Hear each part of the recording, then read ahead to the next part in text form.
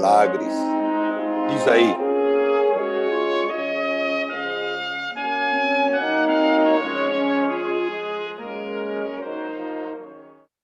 Continuando nesse tema, milagres, são muitos, né? A gente falou sobre isso lá atrás, são muitos milagres, a gente está trazendo hoje mais um, e uma pessoa que também está sempre presente aqui, trazendo e enriquecendo a nossa vida, que é o Adilson.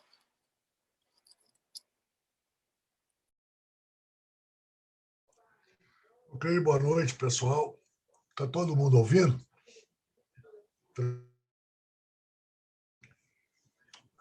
Eu quero partilhar algo muito pessoal hoje.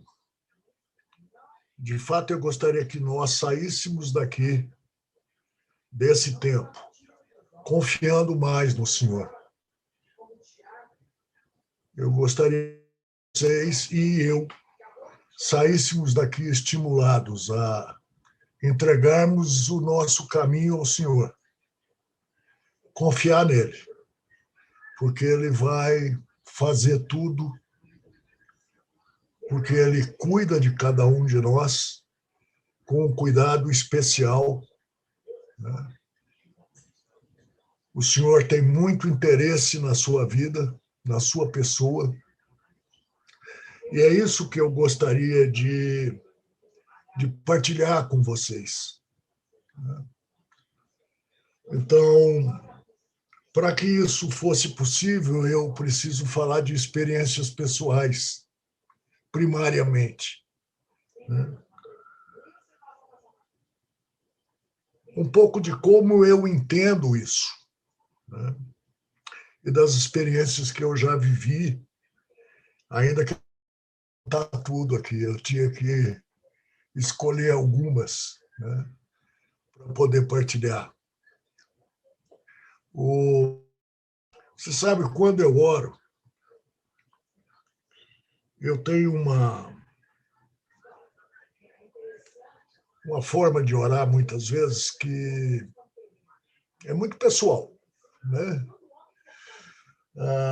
Eu enxergo uma mão muito grande, e eu me deito nessa mão. Eu me vejo deitado nessa mão. E eu tento me entregar, de fato, aos cuidados dessa mão. Então, eu tento relaxar, né, e ficar muito bem acomodado, sabe? E quando eu me encontro dessa forma, eu começo a abrir meu coração e abrir minhas ansiedades, minhas dúvidas, minhas perguntas, minhas queixas, né? Enfim, eu tento ser o mais transparente que eu posso, porque eu entendo que essa mão é a mão de Deus que me guia, me suporta, me sustenta, me aconchega, me repreende muitas vezes. Eu entendo o Senhor assim, mas eu entendo o Senhor com todo cuidado comigo. Uma criaturinha tão pequenininha, né? Mas Ele tem muito cuidado por mim. E as experiências que eu tive com o Senhor na minha vida marcaram muito a minha vida, graças ao Senhor. Deixa eu partilhar isso de outra forma. O povo judeu fazia algo, né? Você lê isso no Velho Testamento, que eu acho impressionante. Eles sempre colocavam marcos nas experiências que eles tinham, quando o Senhor se revelava, quando o Senhor curava, quando o Senhor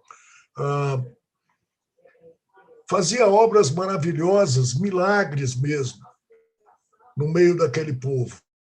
Eles costumavam pegar pedras, né, e marcar o lugar, eles construíam altares. Então, eu acho que quando você andava em Israel naquela época, você ia encontrar várias pedras agrupadas num lugar, um altar no outro lugar, e essas eram as experiências pessoais das pessoas, né? Com o Senhor. Jacó fez isso, não foi? Naquela briga, aquela noite, ele marcou o lugar, né? Ele fez um altar no lugar. E uma das coisas que eu sempre senti é que eu precisava marcar as coisas que Deus fazia na minha vida. Porque as coisas que Deus fazia na minha vida, né, me impulsionavam a continuar vivendo e me impulsionavam a continuar confiando nele e aprendendo a andar com ele. Então, é sobre alguns desses marcos que eu quero falar rapidamente, hoje à noite. Mas eu quero partilhar também sobre um milagre que está no Novo Testamento, que está lá em Marcos, capítulo 2. Eu acho que todos de vocês conhecem, por isso eu nem vou ler. É quando Jesus vai à casa de Pedro, em Cafarnaum, e uma multidão vai com ele. E eles entram, todos dentro da casa, de forma que um punhado de gente ficou por lá de fora, não conseguia entrar, não tinha jeito, não cabia. Então, havia lá escribas, fariseus, os mestres religiosos estavam lá, porque eles já estavam investigando sobre Jesus, já queriam saber quem era aquele homem. Então, eles se encontravam lá para ouvir e ver o que Jesus estava fazendo. E acho que todos vocês sabem e se lembram, porque a mulher de Pedro teve um ataque nesse dia, xingou Pedro até, porque 4 caras subiram no telhado, abriram um buraco no telhado, no meio da sala, e desceram por ali o amigo deles, um paralítico, que desceu na sala em frente a Jesus. Jesus até ajudou a segurar a maca e colocar no chão.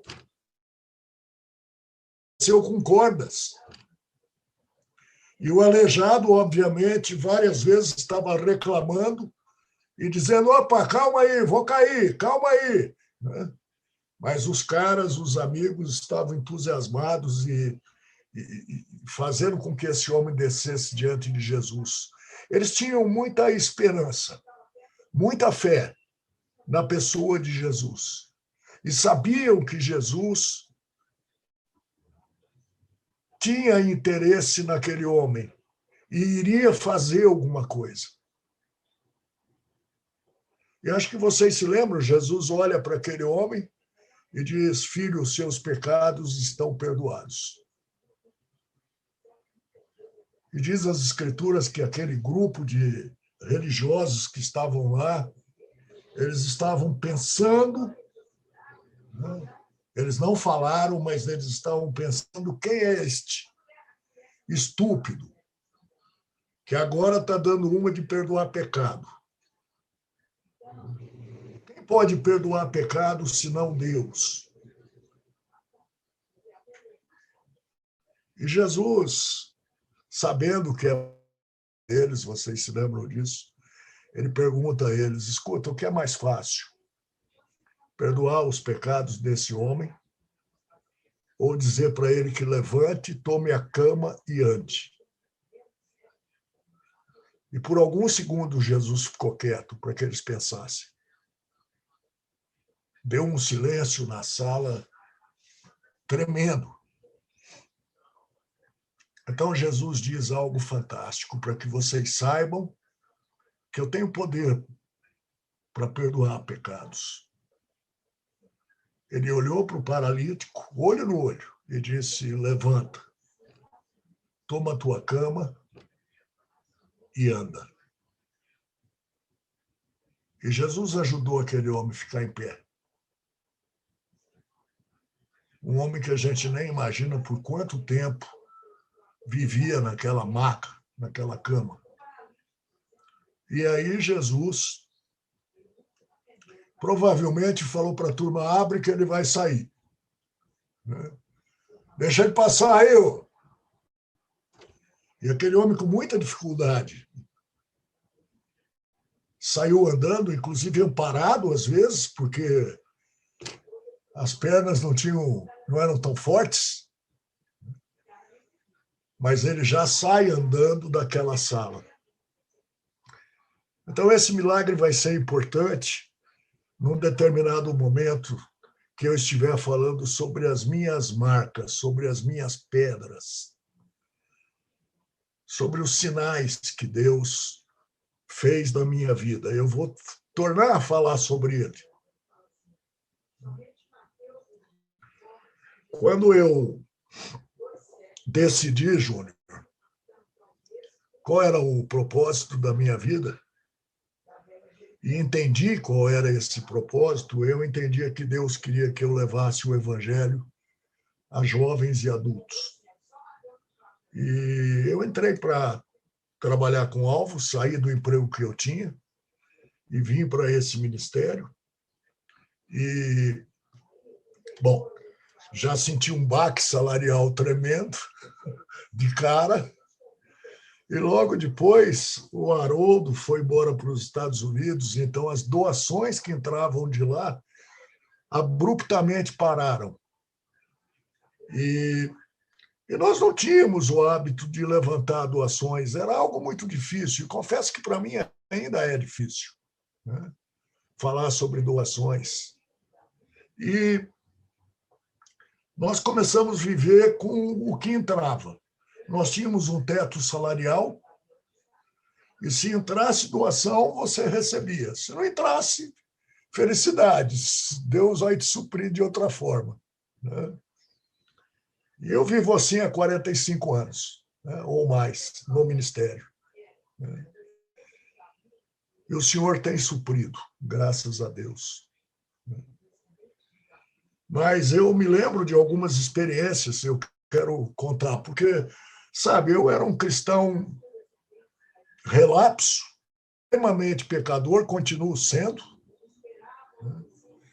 E, às vezes, eu lia alguns livros cristãos, Hudson Taylor e tantos outros, que Deus fazia maravilhas na vida desses caras. E eu dizia, comigo isso nunca vai acontecer.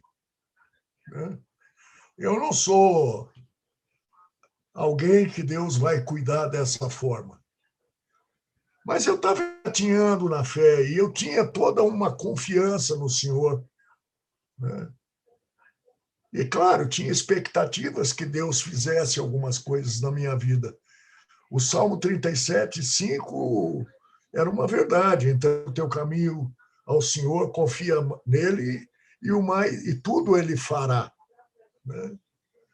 Então, eu confiava nisso. Bom, rapidinho, gente, para não me demorar, não me alongar demais. Quando eu mudei para Belo Horizonte, quero te contar a primeira experiência que eu tive, que foi muito legal. Primeiro, eu ganhava muito pouco, era menos que um salário mínimo. E eu tentei, e a única possibilidade que eu tive foi morar numa pensão. Eu não tinha dinheiro para pagar um apartamento ou uma casa, ou seja lá o que for, eu fui morar numa pensão, lá na Barroca. É um bairro aqui. E foi bom, foi muito legal para mim, porque, inclusive, convivi com várias pessoas ali. Mas uma noite eu saí, fui ver um jogo de basquete com alguns caras que moravam lá comigo, e na volta eu mexi com uma menina no ônibus, sem querer, é verdade, eu perguntei as horas a ela, né, e ela, como o ônibus estava vazio, ela achou que eu estava paquerando, né? E ela falou, você não tem relógio, não? Né? E aí nós começamos, a partir desse você não tem relógio, não, a conversar. E por acaso nós descíamos no mesmo ponto e nós morávamos na mesma rua, mas eu nunca tinha visto essa menina. Então, eu falei com ela, olha, esse papo não pode ficar assim, né? Nós não podemos terminar esse primeiro encontro nosso dessa forma. E ela falou, o que você está querendo dizer com isso? Eu falei, não, estou querendo dizer que a gente precisa encontrar e continuar batendo papo. Né? E ela falou, vou pensar, tal. Fez difícil, sabe como é? Vou pensar, tal, não sei o que, você me liga, né? Amanhã. E eu liguei, no final da tarde eu liguei, eu estava fazendo contato com pessoas e confesso que eu não tinha nenhum interesse, além de conhecer a pessoa, eu estava querendo compartilhar o evangelho com quem pintasse. Né? E eu liguei para ela e ela titubeou se ia sair comigo, não ia sair para a gente conversar, etc, etc. Mas finalmente ela falou, tá bom, eu topo, amanhã à noite a gente sai, então você me pega aqui em casa. E me deu o endereço, etc., a mesma rua e tudo.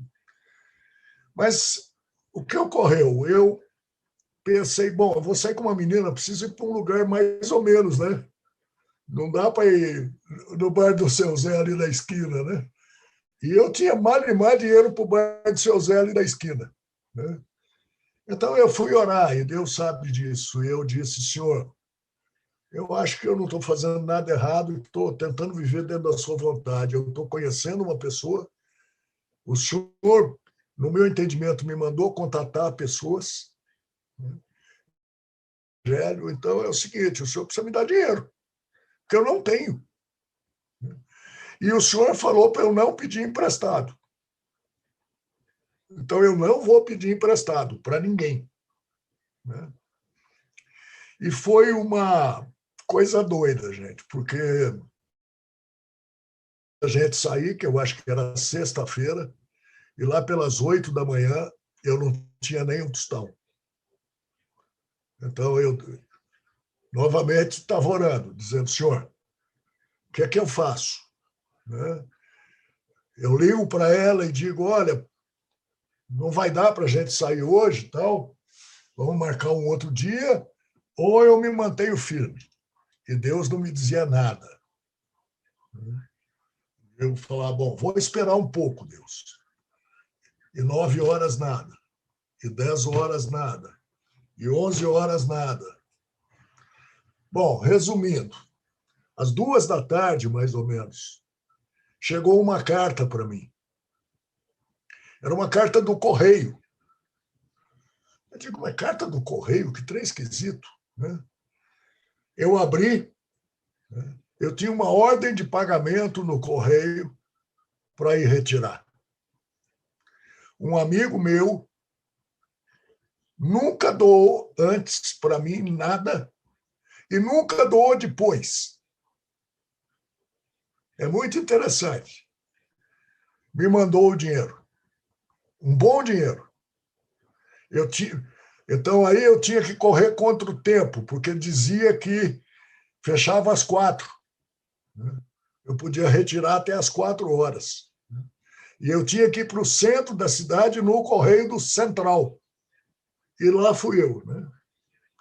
E, finalmente, eu peguei esse dinheiro e, com esse dinheiro, nós saímos nessa noite.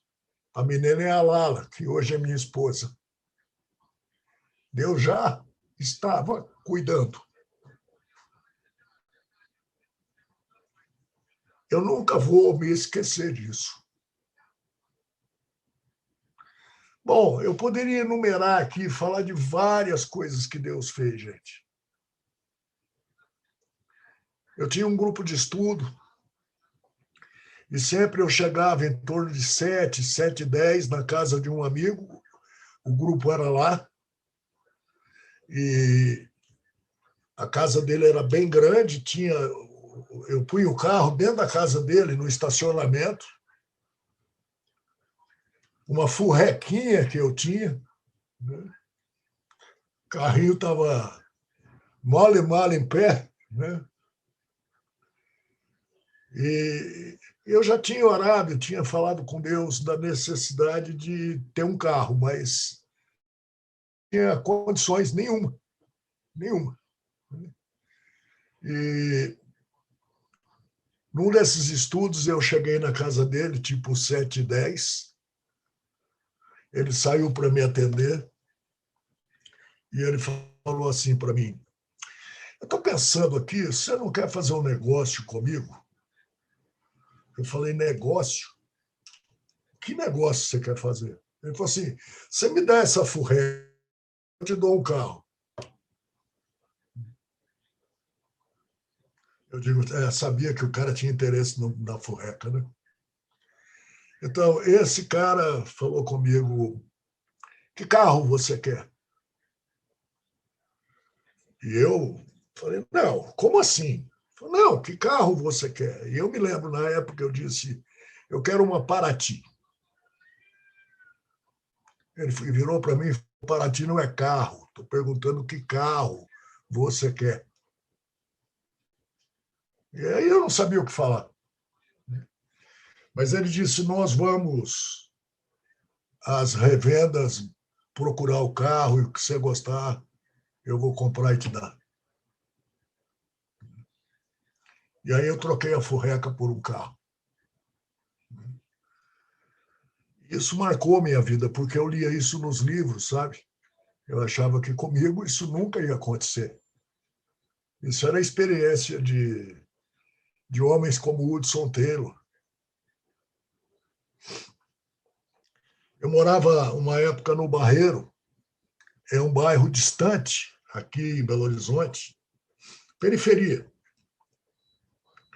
E minha filha estava começando, fazendo vestibular para estudar na Católica, e ela acabou entrando na Católica, e ela ia estudar à noite.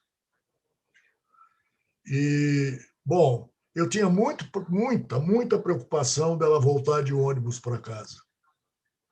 Mas eu não tinha como pegá-la na faculdade, porque sempre eu estava ocupado, eu tinha estudo, eu tinha uma série de coisas para fazer. Então, eu não tinha como buscá-la. E isso começou a ocupar a minha cabeça e eu fui lá para a mão, sabe? E comecei a deitar na mão e dizer, Senhor, eu estou inquieto, eu estou ansioso, eu estou com medo, né? Porque minha filha vai voltar para casa à noite e eu acho que ela corre sérios riscos, né?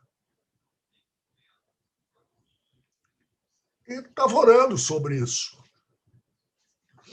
E, ao mesmo tempo, comecei a procurar um lugar para me mudar do Barreiro, que era um bairro bem periférico, né? É ainda, né? Para ver se eu conseguia melhorar as coisas. E, novamente, um amigo me procurou e falou assim, olha, eu estava olhando uns apartamentos, eu tenho um no Coração Eucarístico, é o bairro da Católica. E eu queria que você e ela fossem lá ver esse apartamento. Eu digo, como é que é? Ele disse, eu tenho um apartamento no Coração Eucarístico e eu quero que vocês vão até lá olhar esse apartamento. E eu falei, tudo bem, né? Posso ir olhar. Então, eu e a Lala viemos aqui para o bairro e viemos para o apartamento. E o apartamento era tudo que a gente gostaria, mas não tinha a mínima condição. E eu pensei, talvez ele vai alugar para mim, né? Então, quando nós saímos do apartamento, nós nos encontramos com ele novamente, porque ele nos deixou no apartamento e foi embora. E depois voltou e se encontrou conosco. Então, serve? O quê? Lógico que serve, né? Apartamento com 3 quartos, uma boa sala, um apartamento muito bom. Ele disse, então é seu. Eu digo, o quê? Ele falou, é seu. Me empresta seus documentos, eu vou no cartório resolver isso. E foi o que aconteceu. Ele ainda pagou todas as despesas do cartório, graças a Deus, porque eu não tinha dinheiro. E nós mudamos para o apartamento. Moro aqui até hoje. Então, esse é outro marco que eu não posso negar daquilo que o Senhor fez e tem feito na minha vida. Mas há 10 anos atrás, aqui no apartamento, eu fiz uma uma festinha, passagem de ano. E chamei meus irmãos, meus amigos, e nós vimos um filme sobre o Senhor, sobre o universo, etc. E discutimos acerca do filme e tudo. E, bom, a turma foi embora, isso era 31 para 1º. Dia 1º de manhã eu desci lá no salão de festas do apartamento para limpar as coisas, então eu limpei um monte de coisa lá, eu e a Lala. Voltei para casa e falei com a Lala, olha, eu estou incomodado com alguma coisa. Olha para mim, o que é isso? Ela falou, está vermelho. Eu falei, tá bom. Fui me deitar. No dia seguinte, pela manhã, a Lala saiu cedo, né, e eu acordei completamente desequilibrado. Eu estava já no outro planeta, com febre muito alta, né, não entendendo nada, fiz cocô na cama, fui tomar banho, disse que não me lavei. Bom, resumindo, fui para o hospital, eu tinha pegado uma bactéria muito séria, muito complicada e muito difícil de se pegar. Eu fui para o hospital, já estava lá, o médico me mandou direto para a cirurgia. Eu fiz mais de uma cirurgia nesse tempo que fiquei lá, mas eu fiquei em coma quase 3 meses. E, bom, eu não vi absolutamente nada, né?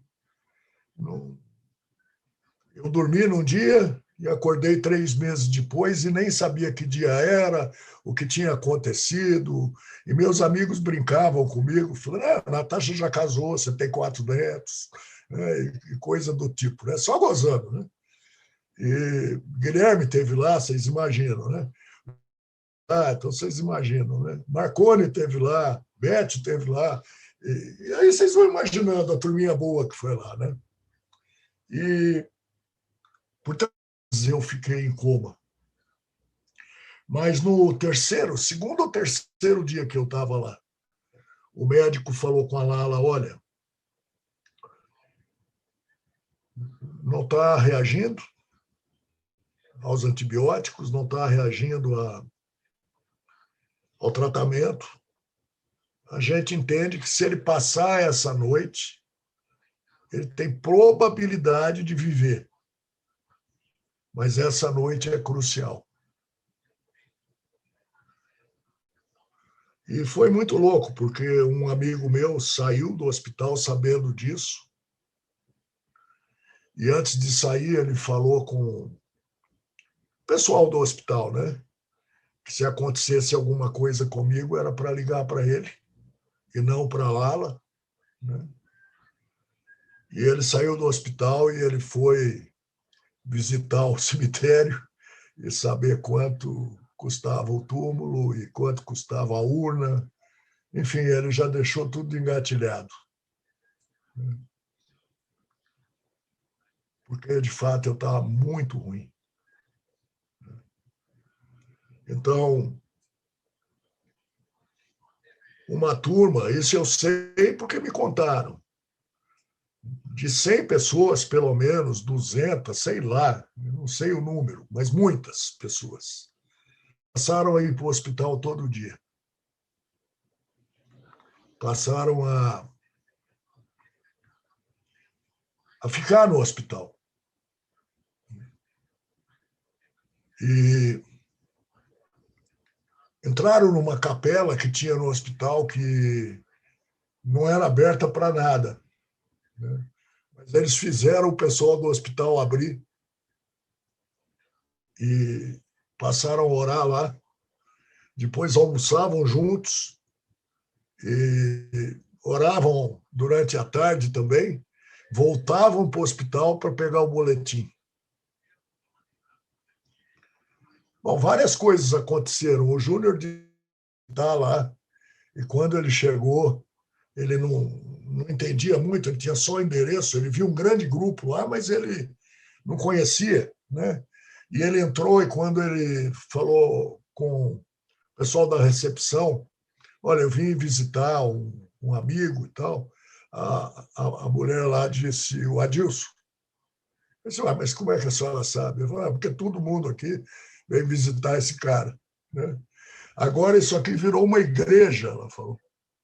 Não é mais um hospital, é uma igreja. Mas não falou negativamente. O Júnior disse que viu a turma lá e entendeu que, de fato, a igreja estava lá. Que a igreja não é edifício, que a igreja não é templo, que a igreja é onde a comunidade cristã se reúne. É lá que está a igreja. Bom, eu sei que acordei 3 meses depois, gente. E ainda levei 1 ano para me recuperar. Eu tive que reaprender a andar. Comer não, comer eu já sabia. Mas eu tive que reaprender a andar. Eu tinha perdido 35 quilos, né, nesse tempo. Quando eu me vi no espelho, tomei o maior susto. Mas eu fui questionando o que tinha acontecido nesse processo todo e eu entendi que Jesus havia me curado. Que Jesus havia usado uma série de coisas, eu não quero falar demais, para que eu fosse para aquela UTI. A médica que cuidou de mim, a Cida, que era a responsável pela UTI, né? Era uma mulher extremamente ateia, eu não sei se ainda é. É claro que ela ficou impactada com o tamanho do grupo lá, né? E todo dia lá, porque o hospital é bem... Mas, por acaso, esse hospital da Unimed é bem pequeno e é uma maternidade. Tem essa CTI lá, mas é uma maternidade. Então, eu tinha uma amiga médica que trabalhava, né, na UTI ou no CTI da maternidade. Então, essa amiga todos os dias ia me visitar e batia papo com os médicos e, enfim, acompanhou tudo. Deus tinha a mão dele de várias formas. Eu fui muito bem tratado pelos anjos que Deus mandou, enfermeiros. E uma coisa aconteceu que eu também não vi, mas acho que o Guilherme viu, eu não sei se o Júnior viu. Meus pés ficaram pretos. A circulação, o Marconi viu, acabou. E a Cida disse, vamos amputar os meus 2 pés.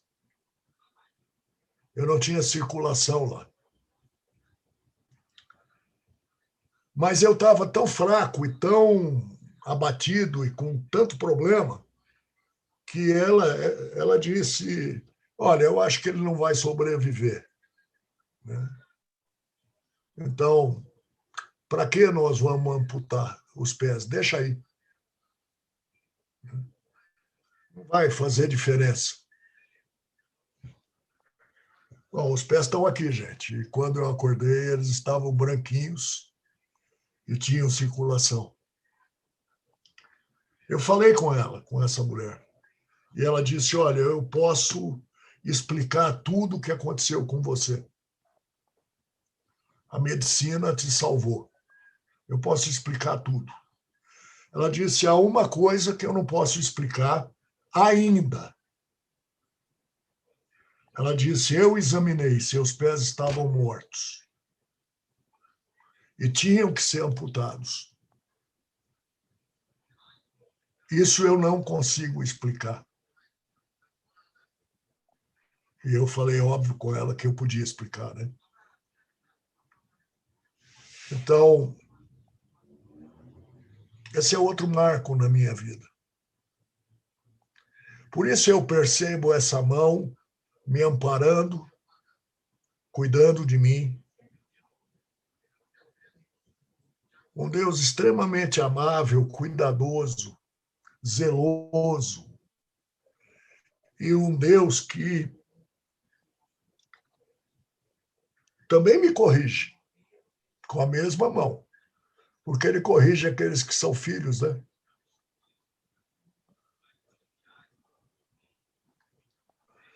Mas sabe, eu sou muito Deus, porque eu tinha mais de 4 amigos que, enquanto eu estava em coma, me levaram até Jesus. E não mediram esforços. Alguns saíram de Brasília, outros saíram de São Paulo, outros saíram de Campinas, e assim foi, de Ribeirão. E essas pessoas ficaram plantadas no hospital, falando com Jesus, todos os dias, intercedendo a Deus todos os dias. E eu sei que Jesus, vendo a fé delas, me curou. Que tipo de amigos você tem?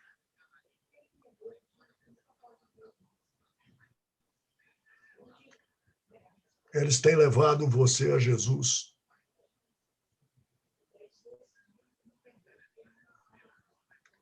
Eu espero que você desenvolva amizade que valham a pena, de pessoas que vão fazer todo o sacrifício necessário para te levarem diante de Jesus. E pessoas de fé, gente. Porque muitas vezes a intercessão na nossa vida, através dessas pessoas, é que vai fazer toda a diferença. Eu continuo tendo ansiedade, tendo medo, às vezes, de coisas que eu sei que precisam ser tratadas. Mas, olha, não há lugar melhor para tratar do que deitar naquela mão. Abrir o coração. Expor minhas dúvidas, minhas perguntas, minha chateação, confiando que o Senhor controla o meu caminho. Que Deus te abençoe. Em nome de Jesus. Guilherme Robles,